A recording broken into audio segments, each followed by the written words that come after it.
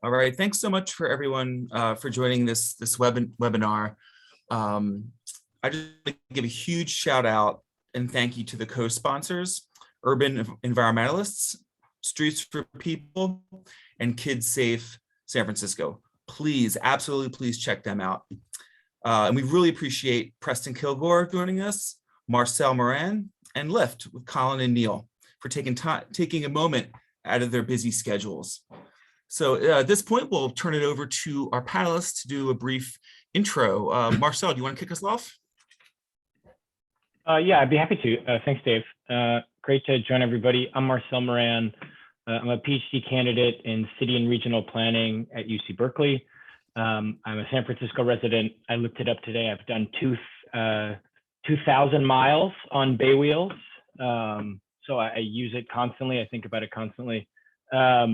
I've written papers about shared mobility in San Francisco and then some European cities, including Vienna and Paris. So I come at it from the academic side and excited to be here.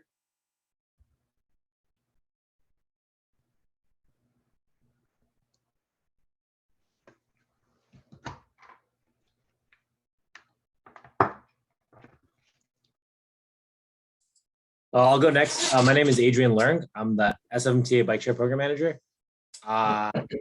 There's me and another person as staff, and we try to work with Lyft and Bay Wheels as much as possible to provide, more bike share and a better bike share system all the time, with all the challenges that ensue.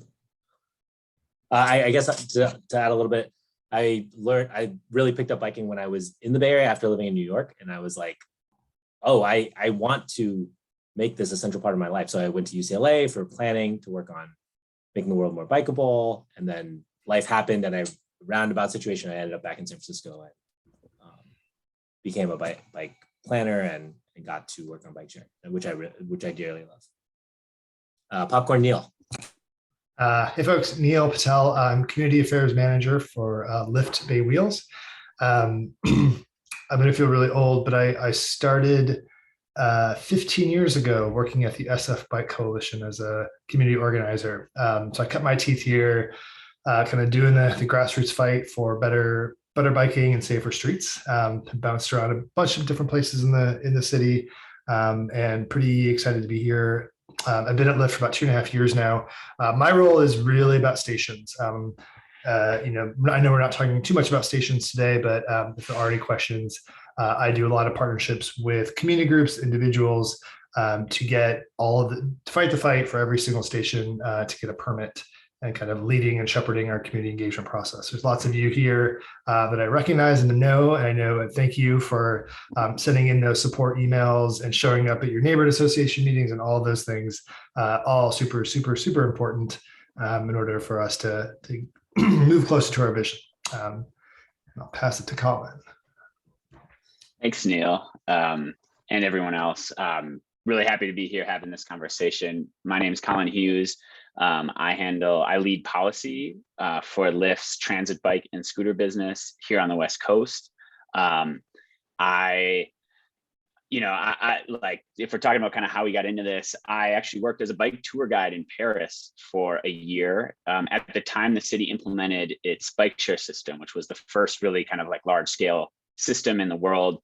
And I knew very firsthand that Paris was not a very bike-friendly place before the bike share system. And once they implemented it, I saw the city just get on this kind of like upward spiral of, they created a bike culture, they grew mode share, they grew bike infrastructure, and they grew public support for it really quickly. And I saw bike share as the catalyst by which we could really make a lot of American cities build bicycle culture and build bicycle mode share. And so I actually went to UC Berkeley as well to study urban planning, and really focused on bicycle infrastructure design. From there, I spent about 8 years working internationally for the nonprofit, the Institute for Transportation and Development Policy, and I planned and designed bike share systems on 4 continents, and wrote a book called The Bike Share Planning Guide, which is now in its 3rd iteration. You can download it for free in 4 or 5 languages on the ITDP website.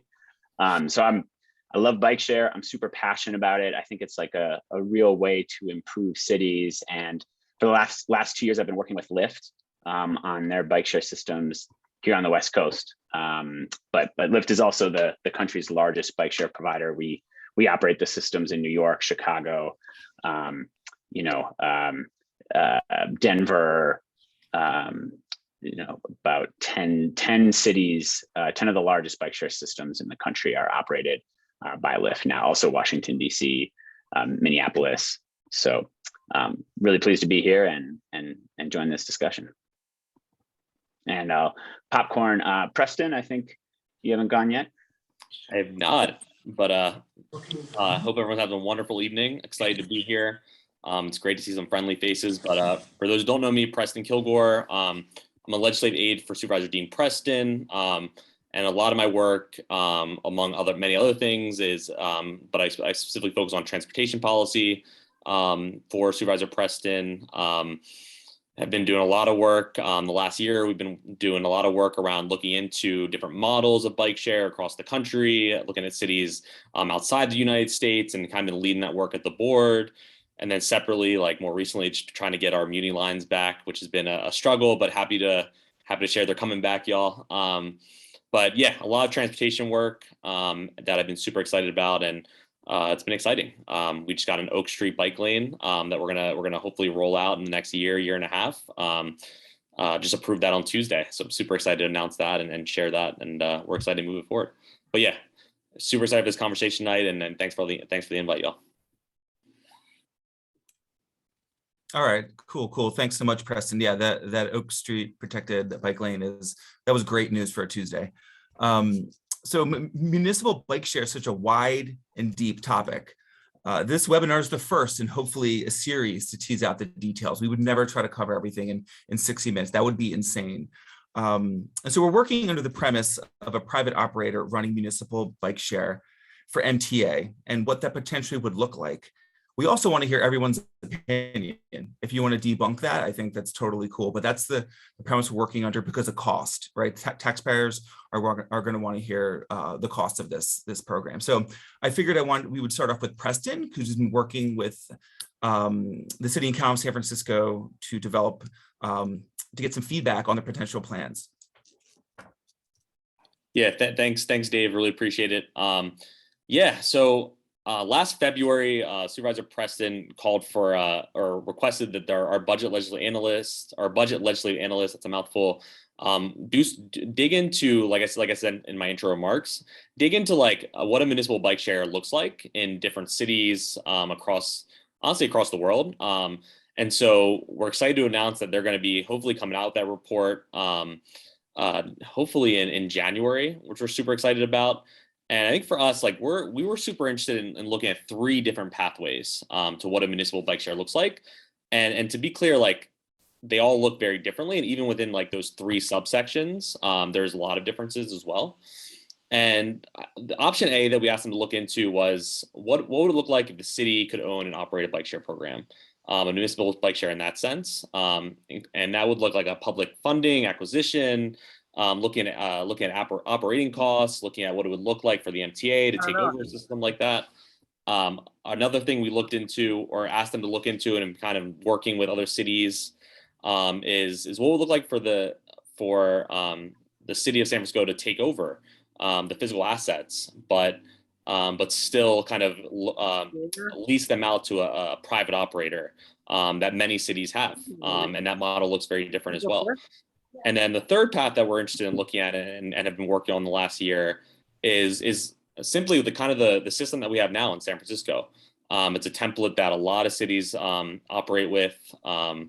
And just to kind of be clear, like option B, which I kind of described, is the city kind of owning the assets but leasing them out to a private company. And then the other option is simply what we have now and making that system better. But we're excited to see that path move forward. I will be honest, like it's been so many conversations with Lyft, which is on the call or on the Zoom, conversation with labor, conversations with other cities. And I think for us, like once January comes, like let's look into those next steps and continue this conversation. And I think this is a great call to kind of start that.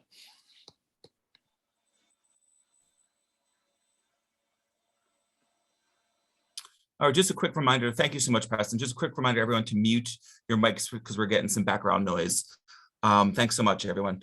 So yeah, just want to open up to their panelists to get your POV. A lot was shared by Preston about the three pathways. Let's go over to Adrian from MTA.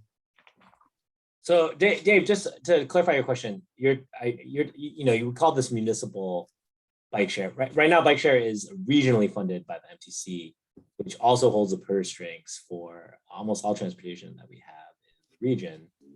I love the name Muni Bike. I remember when I said that earlier, Neil used to cringe a little bit because we all love and hate Muni. But are we talking about Muni Bike, or are we saying like we'd be willing to share with like the region? Like, what can you clarify, Dave? Well, that was actually leading into the next agenda item, how that would the tease with MTC and Oakland and other, making it regional. So I was hoping we would kind of set up all the models, and Colin has some great ideas too that we had talked about prior. And so, yeah, just teasing out what this all looks like because it's new for a lot of us. And we don't have to end with, the city and county owning the assets. It could be they're leasing out from Lyft or another operator. So anyway, I'm not dead set on any outcome here.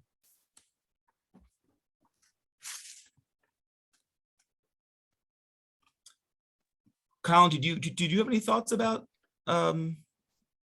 this? Yeah. Well, maybe I can help set the table. And I like the three options that Preston already kind of shared. I think you see he shared three different models essentially for bike share, models that we see to some degree, in this country, or if not in this country, in others. A couple other dimensions we can think about, some of which Preston touched on. And so we have, there's ownership of physical assets.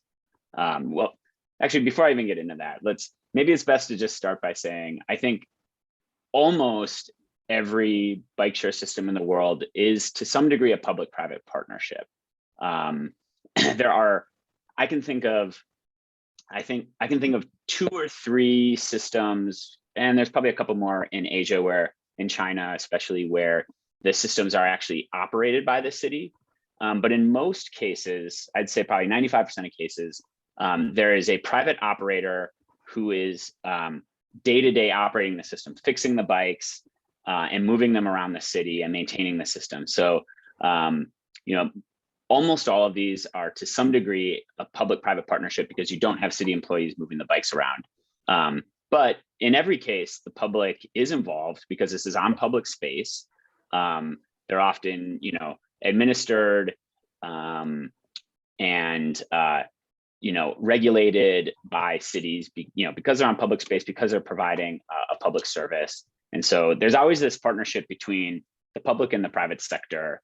And then the question is, what should that look like? And there's different dimensions and roles that each party can take. And so one of those is operation, like we talked about. Operation is usually done by a private operator. And then there's the asset ownership, or who owns the bikes and who owns the stations, and especially who's maintaining them day in and day out. That's a little bit more split. Lyft is an operator, and in some cases also owns the assets. So we have some really successful systems where the city owns the assets, and that's Washington, D.C., Boston.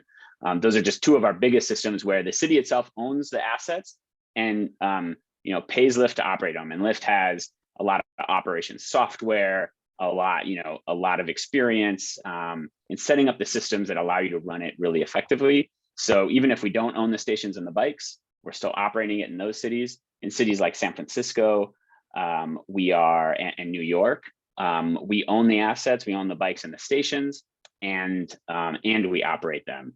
And really, I think when you're choosing should the city own them or not, it really comes down to what the city's goals are and what some of the resources are. So there are advantages to owning the system in terms of having some control over, having more control on the city side about those assets.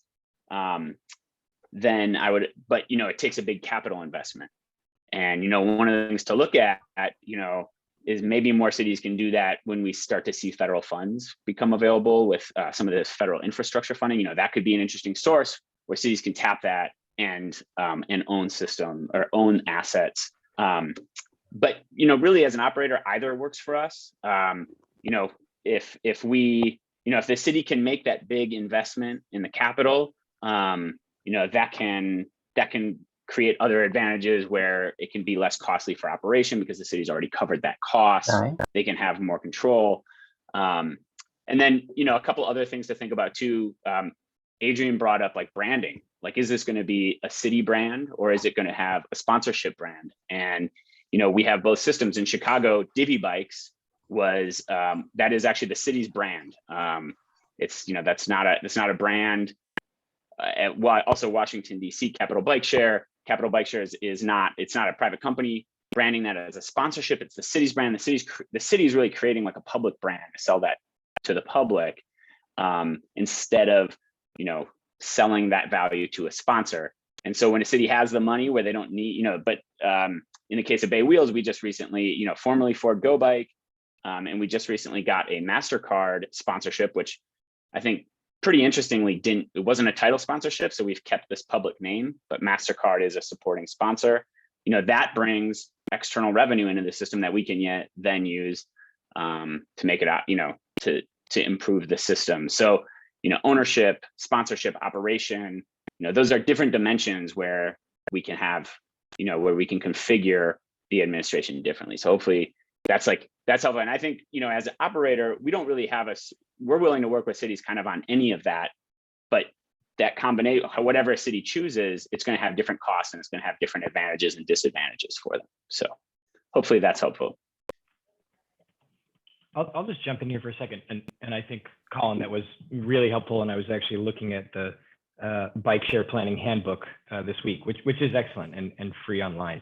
One of the things I just want to point out, I think it's a little bit of the elephant in the room is, and based on Preston's remarks and the point of the session, thinking about a municipal bike share in San Francisco is how do we grade the current provision of bike share right now? Because if we're going to make a change, I think it's important to consider what the status is of what we have. And I think it's fair to say that particularly compared to some other bike share systems in the US, if we just bound it to that, Bay Wheels is actually quite good in terms of geographic coverage.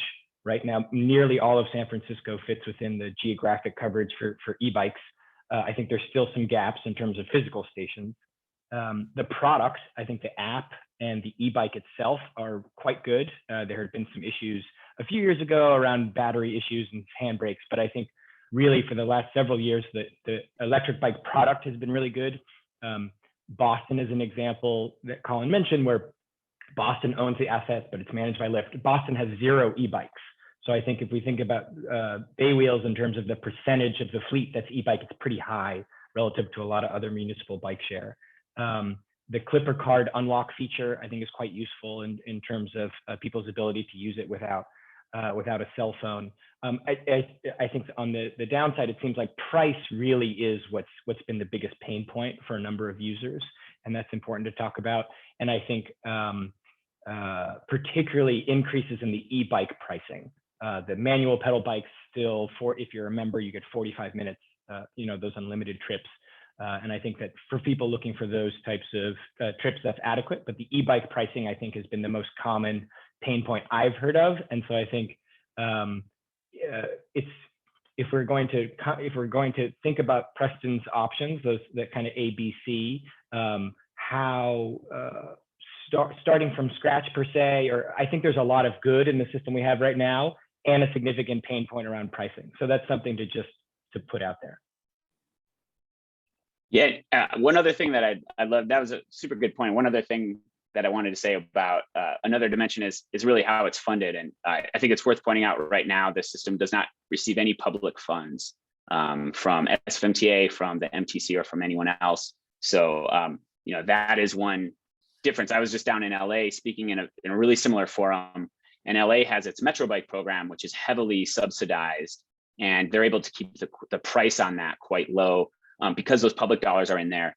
taking down the cost to users. And so that's something we don't have in San Francisco right now. That's another dimension, is how much public funds, or will any public funds be used? And just as for Colin's point on the LA Metro, right now, if you have a membership for the LA Metro bike share, there's no price difference between manual and pedal and electric, which would be a big difference to Bay Wheels. Well, also to riff on what Colin and Marcel said, there is a pain point right now with the e-bike pricing. And for example, one of the things that reduce e-bike pricing is stations, right? We have stations, and what that does is help operationally reduce the cost for Lyft to have to rebalance bikes all the time. There's even an Angels program that rewards riders if they go out of their way to put a bike back at a rebalancing way. The problem with station deployment, though, is that it's a political problem, right? We have lots of stations proposed. Neil and I work day and night to try to get stations in the ground. But I remember Neil and I were also in the Richmond on 11th and Cabrillo, I think that's how the locals call it. And people were yelling at us and saying, yo, where are you from? Go back to where you came from. All right. So like, this is a deeply political, personal issue for a lot of people. And what we're talking about is just parking spaces, right? But in the end, it becomes this other thing. So if we want to reduce e-bike pricing, we could just do more stations too. We aren't doing those. There's a question back to the public. Why aren't we doing that? And for the record, we would also like to have, we would also like to have more stations. We have many stations we would like to put in, but have not been able to. Yeah, I would say too, to touch a little bit. I mean, it's a great point about the e-bike stuff as well. Like what we've seen, and Colin and Neil, you all have the data, but from my understanding too, like the usage of e-bikes has been pretty significant as you've increased kind of the capacity for e-bikes in the city. But also what you've seen as well is the difference in usage during the pandemic. A lot of people who, my understanding, had memberships and were relying on those memberships to go to work, et cetera. So that's not happening. So we have seen an increase in leisure. And I think Colin touched on this in the beginning. It's like stepping back from like what municipal bike share is. It's like stepping back and figuring out what does a city, or in this case, like what does the region want from their bike share, and filling that missing gap that transit often misses. And I think that's the first part, is like defining what your values, like who are you trying to target?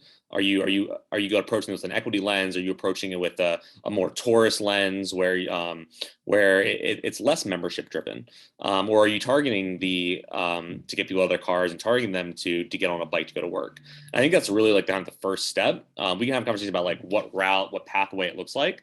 But first, like you have to define what your values are going into that process. And a lot of the work that we've been doing is just having those conversations.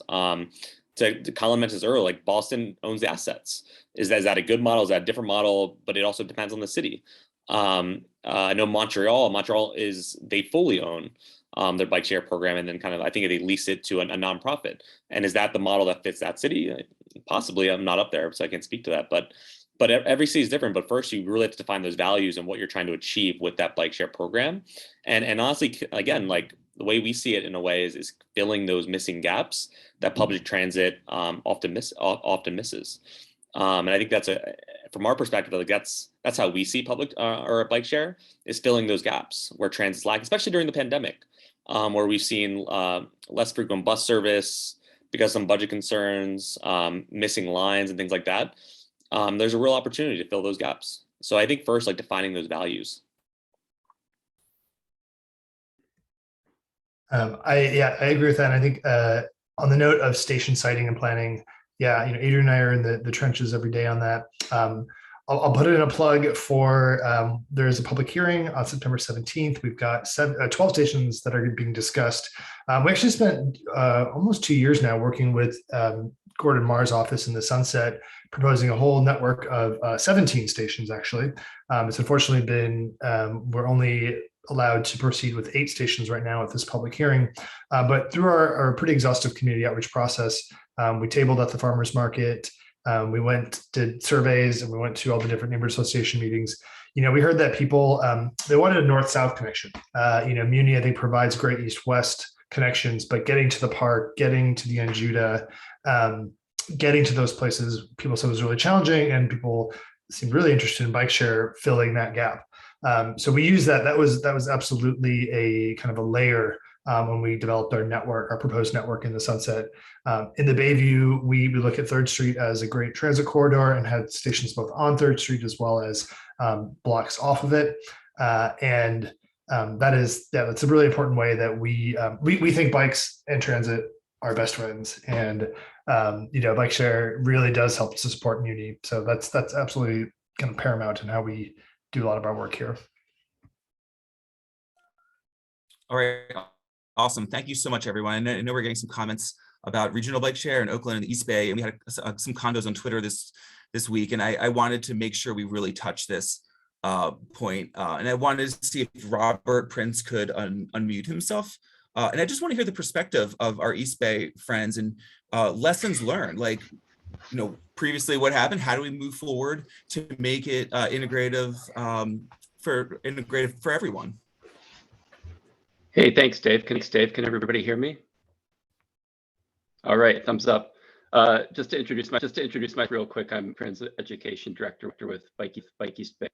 Bike East Bay serving Alameda counties for 10 years. So I was involved a little bit with both the coalition as well as the Oakland and Dream Commission.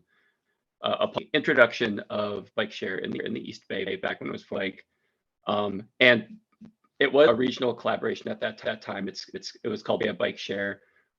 Originally, it only served San Francisco and the peninsula. And so we were able to basically get bikes in the East Bay due to that regional collaboration. Because when you're talking about a for-profit operator, they're going to want to focus on the most lucrative market, and that is going to be so. If we're not collaborating projects, then the East Bay is going to basically get in the dust.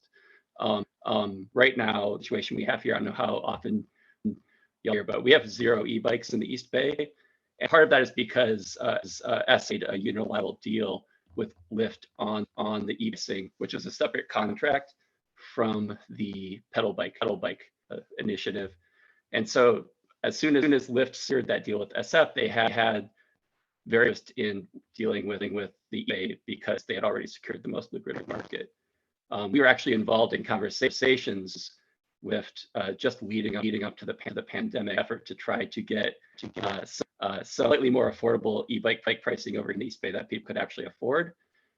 And the down those conversations, and both Oakland and Berkeley have said, okay, we don't even need a, we'll just do a permit process to make it as easy as possible for an operator here with like very few strings attached.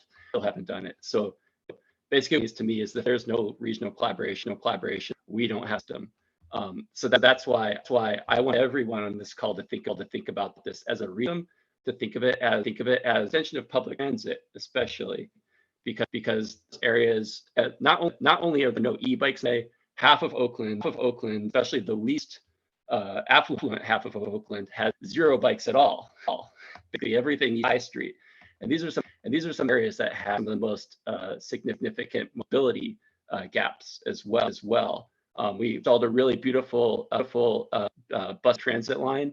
It would be amazing to serve those last mile trips and from the BRT. BRT just does not exist. And in the meantime, other cities, Fremont and Richmond up with their own bike systems in the meantime. So we're now seeing a similar balkanization in the bike share market as we've been complaining about with transit time. So bringing that back together, I think definitely takes regional collaboration, and also making sure that we're splitting needs first and not profit. I think that's key things to keep in mind. I'll leave it open after that if people have questions. I do respond as well. Great, thank you so much, Robert. Thanks for jumping in last minute for us. I want to go to Adrian, and then we'll open up for others, and then I want to hit panelist questions, not panelists, attendee questions very soon. You want me to continue the discussion? Is that right? Yeah, if you had thoughts about it, I saw you made a comment in the chat and you were seemingly in agreement with some of the comments at the beginning. Yeah, I know. I think Robert is 100% right. Like I'll full disclosure, I live in the East Bay and I take bike share in the East Bay. And when e-bikes were there, it was like really nice. You know, e-bikes are a huge gateway for more and more people to like move towards, biking. The challenge was SF holds 80% of the ridership, and SF leadership said, let's just cut a deal and get e-bikes for us and make sure we got it, and there was this loss. I don't know if you remember before that, there was a lawsuit. Like I have a regional identity. Like when I started at SFMTA, people asked me like, yo, how do you feel about like not living in San Francisco, but working on San Francisco? I said, a bike lane in Berkeley still benefits somebody in San Francisco. Like a bike lane in San Francisco still benefits somebody in Berkeley. Like these are not distinct. Like if you only want to focus on your one geography, then you can do that, but I'm a Dodgers and a Giants fan. Like you could be both, or an A's fan too. I'm not a Giants fan, but I could be a Dodgers and an A's fan at least. So I would say, what I'm saying is like, I think a regional identity is really important. And as a matter of fact, as a matter of convenience, MTC being the contract holder is already a regional contract holder. And I think a lot of logic lends itself to saying maybe MTC could have a bigger role, have a bigger stake in some of the ownership. They do hold the purse strings. So if we're talking about funding, getting closer to the revenue stream, like where revenue comes in to fund things could be an MTC ownership. I don't know how progressive folks are here, but is fiat currency. Fiat currency is something that is actually a representative proxy for like collective valuation. If we think that biking is a good idea, then we could probably fund biking more, like as a collective. Like that's within the belief standard, If I can just jump in quickly too, definitely agree on the regional perspective. It's so important. But I will say too, like we're having a conversation about bike share, different models, whatever it is, private, public, but bike share is as good as the public infrastructure. I know I've been lucky enough to work with Marcel and looking at some of the bus stop stuff, but very similar to like SMTA and the Muni buses, right? Like the buses are as good as the infrastructure. If we're giving the priority to buses, it helps the system. And it's very similar with the bike share program too. No matter which model you go with, we have to prioritize bike lanes, protected bike lanes. We have to add different opportunities, different spaces. I'm not sure. I assume everyone. I think I can get a sense of where people are on various conversations in San Francisco about car-free JFK and the Great Highway, based on y'all being on this call. It's 8 o'clock on a Wednesday night, but that's that public infrastructure, right? Of looking through and prioritizing bikes, whether you own it, bike share, whatever it is. It starts there. The infrastructure matters. And it's a parallel route. We have to think regionally and promote bike lanes and the various bike share options simultaneously. I would just add that I think one of the things we've seen when we've done surveys of people who have used shared bikes and shared scooters, and I think it's interesting to think a little bit about San Francisco's scooter ecosystem too, which has multiple operators and has expanded its geographic reach as well over the years. But there's other ways that San Francisco, and this is already happening a little bit in the East Bay, to encourage ridership in terms of e-bike libraries. And you can think about Bay Wheels as like a gateway for people to try e-bikes for the first time. E-bike share is a way a lot of people are taking their first rides on e-bikes. And then tax credits around e-bike purchases, and also vouchers for bike repairs. That was something Paris has done, where they gave, I think, every citizen, if they wanted, something like 50 euros to fix a bike they have. So there's all these ways to use public dollars to supplement, this kind of activity, getting more people riding, that complements the bike share too. Just want to throw that in there. Maybe I'll piggyback on that as well. I mean, I really agree with Robert's point that we need to be thinking about bike share as a regional system, and that includes e-bike share. Of course, the original agreement with MTC was set up before e-bike share was a thing, and that's where a lot of that's where things get complicated. But one thing he also mentioned is like Richmond has gone and recently set up their own electric assist bike share program. And that is, that is funded through MTC. And so, the communities in the East Bay are lower density than the city of San Francisco, which makes, bike share, especially the more expensive e-bike share, more difficult to operate. But, in the case of Richmond, a subsidy is what made that difference. And then an operator could come in and say, yeah, with this public support for electric assist bike share, we can make bike share work here, So I think that Richmond example is a really good one of how to make it work in the areas where it's not going to work with no subsidy. And, and again, you probably all heard about this, but I really don't think we can, one of the most important things to remember here is bike share is, and cycling in general is one of the, most sustainable, healthiest, best forms of transportation in our city, reducing congestion, everything. And it's really the only mode in our city that does not receive public funds. All the other modes are subsidized. Bike share is not. So those are the kind of headwinds that we're pedaling against.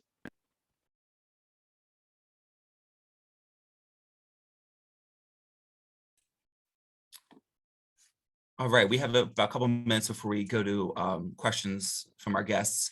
Preston, I just wanted to end with you, just ask a quick question. What kind of support do you need from this group once you're able to look at the report and develop a pathway? What are you looking for from folks who are not our panelists? That's a great question. I mean, ultimately, so many things move in San Francisco with community support. And so we have not made a decision kind of the direction that we want municipal bike share to go. But it begins with understanding kind of what the space is, what different cities are doing. For us, last year has been honestly just learning about what Lyft is doing locally and what's working, what's not working. But again, things move in San Francisco with community support, with community advocates who are out here supporting bike lanes, supporting car-free JFK, supporting these different movements. And I think for us, keep following along. We're looking to explore doing a hearing and kind of reevaluate options once the BLA report comes out to have that more public conversation. And what that looks like is calling in, sending emails, weighing in on what you think. Everyone's kind of a voice matters in this conversation. And I assume everyone on this call is on this call because they're interested in some type of bike share, whether it's the one we have now or a different form that Boston, Montreal, DC, whatever it has. So keep following along. We're in the early stages, but we're looking forward to kind of continue to lead that conversation and hear from all of you. So not really an answer now, but I think more to come. Keep following along and weighing in. Okay, just taking a question from Luke Bornheimer. Is it Marcel and Preston? What's the most promising? Let me make sure I got this right here. Yes, Marcel and Preston. What's the most promising bike share models you've come across in your research? Yes, it's a good question, and I'm sure Colin from his work and Neil would also. I'm sure all the panelists might have answers on this. The cities I've seen that really have the best, I think, Jane Jacobs said the value of cities is choices. That's why we like them. And I think that's really the cities I've seen with the most vibrant shared mobility kind of systems have multiple choices at different price points, vehicle form factors, and length of trip options. And so it's the cities that have both a station-based bike share system, e-bike share, scooters, e-mopeds. You just have to, the more types of options that you can give citizens, obviously you get price competition as well. Washington, DC for a while in the United States had really kind of vibrant competition across different micromobility companies. I think Paris right now, Vienna too, both have really exciting types of vehicles you can use that are some bikes, some scooters, some seated scooters, these types of things. London is kind of going that direction now too. So I would say there are probably people on this call that remember when San Francisco had both Ford Go Bike, Bay Wheels, and Jump, right? We had these two systems. I think there's some legal issues that's keeping that from going forward, but we had that and scooters at the same time. And I think that when you can, what was really pretty amazing about that, this anecdote kind of showed it was there was a period where Bay Wheels, there was a battery issue and a handbrake issue. And so Bay Wheels actually had to pull its e-bikes from its fleet, both in the East Bay and in San Francisco. But in San Francisco, we still had Jump at the time. And so people that had become used to making those e-bike trips were able to have Jump as the backup. In the East Bay, there was no backup, right? And so they were kind of stuck. And so that's the type of thing is I would support, I don't know about the legality and the contracts, I'll stay away from that. But the cities I've seen that work the best have multiple brands that support residents kind of as each one ebbs and flows.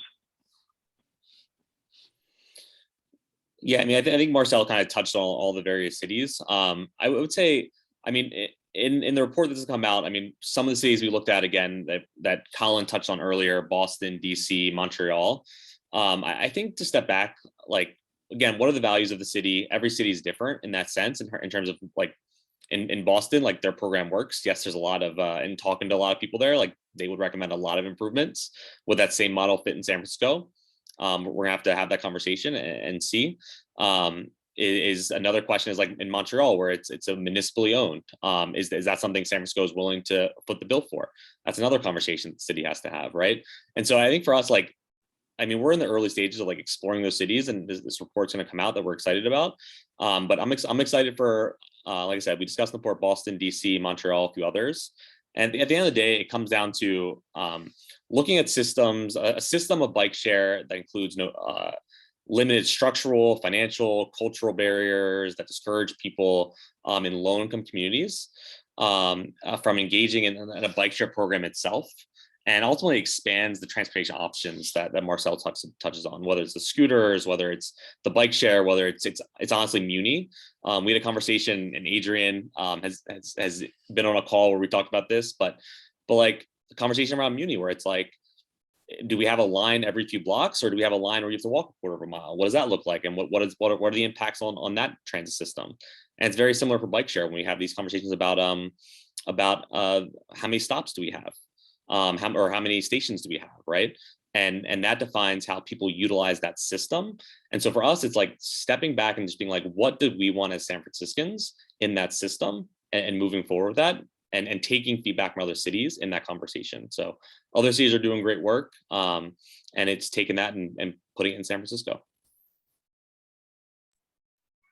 Awesome. There's a question in the chat by our friend Zach Subin about social benefits. Zach, if you want to turn on your mic and just ask the question, because it's tiered. Here,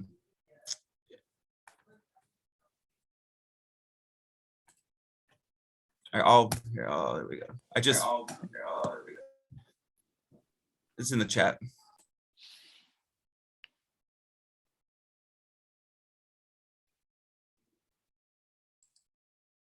Dave, do you mean the calculation question? I'll just read it.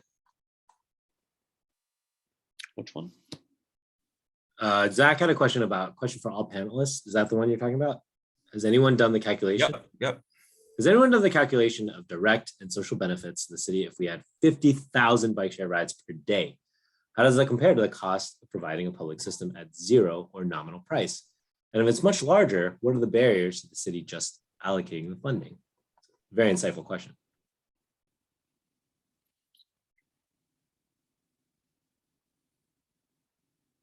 Since I read the question, I'll just take the opportunity to answer. And Adrian, you're the city before Colin does. Yeah, so. I mean, I will go back to me and Neil getting screamed racist epithets on the street. Like, the belief around bicycling as universal benefit has not been established in the community yet.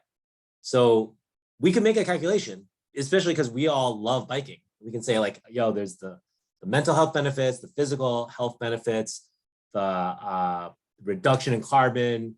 You know, I mean, the things are, it's crazy. Like the amount of benefits that are from bicycling, like you're talking to true believers here, you know?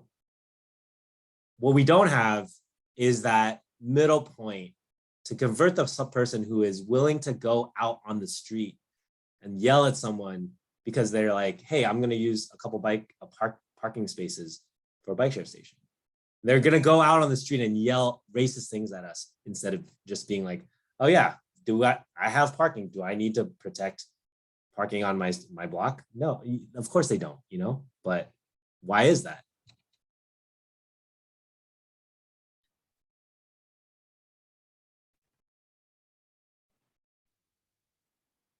I wanted to touch on a few things. I mean, so sometimes there's issues with change, and people really struggle with that, and aligning change with improvements in how people get around. I think sometimes, like, San Francisco is a transit first city, but I think a lot of us on this call will agree that sometimes the way there's certain outcomes in transit infrastructure, public biking infrastructure, that doesn't always come across that way. And I think there's oftentimes, like, we have this conversation about congestion pricing and what that looks like. And we've seen in cities, in Singapore, congestion pricing has been super successful. And part of the reason it's been successful is before they implement, they make major investments in public infrastructure, right? And I think oftentimes we have these conversations about removing parking. And I'm coming from this perspective of someone who takes transit to work every day, rides a bike every day, but stepping back and analyzing this view of public parking. And I think oftentimes, and not as an excuse, but I think oftentimes people really struggle with not seeing that alternative, because we are, and sometimes we do have our feet in both lanes, figuratively speaking, where we're like all in on public transit, or we're not all in on public transit, we're not all in on bike infrastructure. And so there are people that need to fill that gap that don't have options outside of those spheres. And I think that's where, like, we just need to push more for the infrastructure to allow people to see those opportunities, that car is not their only option. But also, again, it's like policy incentives too, right? Having conversations around how we charge a parking space versus other public infrastructure, right? And incentivizing people to make those changes. Like, I think sometimes it's a conversation of, like, are we all in on a transit first city or not? And being honestly, taking a step back and being honest about that as well, because oftentimes I don't think we are as a city, and I think we need to go in that direction. Otherwise, we're going to continue to have those conversations about the back and forth between parking versus non-parking and things like that. And the other thing too is, and I coming from the perspective of someone who does work in the Western Addition in Fillmore with so many residents who have been displaced. And rightfully so, sometimes are skeptical of this public infrastructure, and I think they would be less skeptical if we were to invest in public transit to get people back to the communities they're from, in a way that is both that is efficient, equitable, and cost effective as well. I think it's a real conversation we have to have of, like, are we all in on this, or are we not?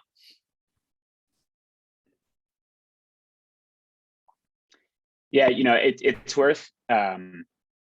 I think another example aside from the really awful experience that Adrian and Neil had, which I'm just sorry to hear that. But look at some of the battles that cities like Paris and New York went through to really build out their bike share networks. Both cities started with networks that were just in the center city, went through epic battles with neighborhood groups. But the system proved success at its starting point, and then they expanded to include the whole city. And now Paris is even including all the banlieue, and it's or read Street Fight. Janelle City Khan's excellent book. These are really tough political battles, and it does. We can, I think, as urban planners, myself, speaking about myself at least, I can do those calculations and I can say, hey, this really makes sense. But people are afraid of new things. There's a lot of outreach that has to happen. There's still a lot, that's why thank you again to the groups who are here, who are advocating for this. I mean, that's really where the work gets done, is these community groups that are out there, neighbors explaining to neighbors the value of this and making it a less scary change and making people feel included. I know that is the critical work, and and we see you and really appreciate that. Change is very scary, and we in San Francisco ask a lot of people if they want change. Hey, do you want change on your street? Do you want to change this or that, the other? We ask a ton of people over and over again for months and years and years and years. And of course, when we do that, we're going to get a whole slew of different answers from different people with different interests. And then the MTA is kind of left with this whole soup of community input to try and make decisions and figure out what to do. So, that's the process we have. I would love for that not to be the case, and for things to be a little bit more straightforward, and for folks to genuinely understand and know how to get involved. I was disappointed in an email that I got from an advocate down in the Sunnyside, and she was trying to build support for a bike share station, and just kind of felt really frustrated with like not understanding how community input actually matters in the decision-making process here, and what is the bar of success and the measure of success. And it was, everything she said made sense. It's disappointing that like that is kind of the reality that we're in. We need bodies at the hearings to write in emails to counter that change. There could be hours and hours of conversation around a proposed change, even a tiny one. Make that change on the street. It's very rare that anyone talks about it after the fact, or at least goes to great lengths to write a newspaper article about it, or fight. People adjust, things kind of even out. People find different places to park or different arteries to travel on, and that's the thing that excites me the most, but also is most maddening, is that if we can just quickly make these broad changes in a comprehensive way that gives people these options, people will adjust and use these new services, and those that don't will still be able to get around and still live. We just have to be a little bit more aggressive in kind of how we move forward.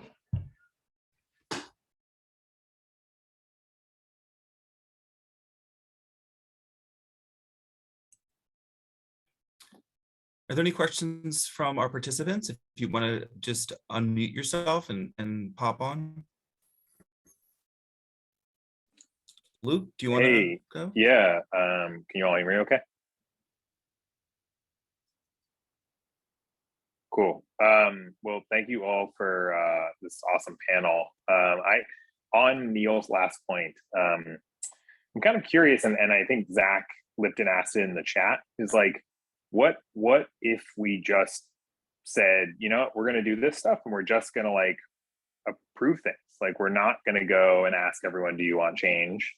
Knowing that they're going to say they don't want change. I guess, yeah, that's kind of an open question. Specifically for San Francisco, like, are there legal ramifications from doing that? I know there's political will that would be needed for that, but kind of, I don't know if that's for Adrian or Preston. Curious on that side of things. Luke, to clarify, you asked, are there ramifications if we decided to just push ahead? Yeah, if we just said, you know what, for that those D4 stations, we're just going to put them in. We just decided where they're going in, and we're just going to do it. We're not going to ask pops if it's okay. We're not going to have people be able to. I understand your question, Luke. I'll tell you this. The simple answer. All right. SFMTA has the total right to manage the public right of way, including roads and streets. So if they wanted to, if SFMTA had all the will to do it, we could. That said, the complicated answer is supervisor recommendation and requests weigh heavily. And somebody told me today that like the supervisors make about 150 grand, I think. Like, they're not like really highly, incredibly paid like public servants. I mean, that's crazy, right? Like SF, I mean, we're on a different scale completely already, right?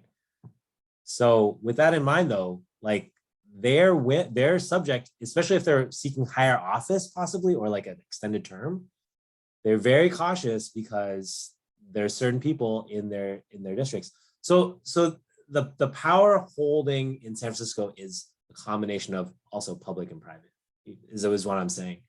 And so the way the private side is hard to, what I'm saying is the existing status quo power structure is hard to affect, right? But neighbor talking to neighbor, like Colin said, that is probably actually the most impactful, and it's the one that nobody wants to do. I've talked to people before, they came to me, like lots of advocates, and I love talking to advocates. I was an advocate. I am an advocate. I remain a public sector advocate.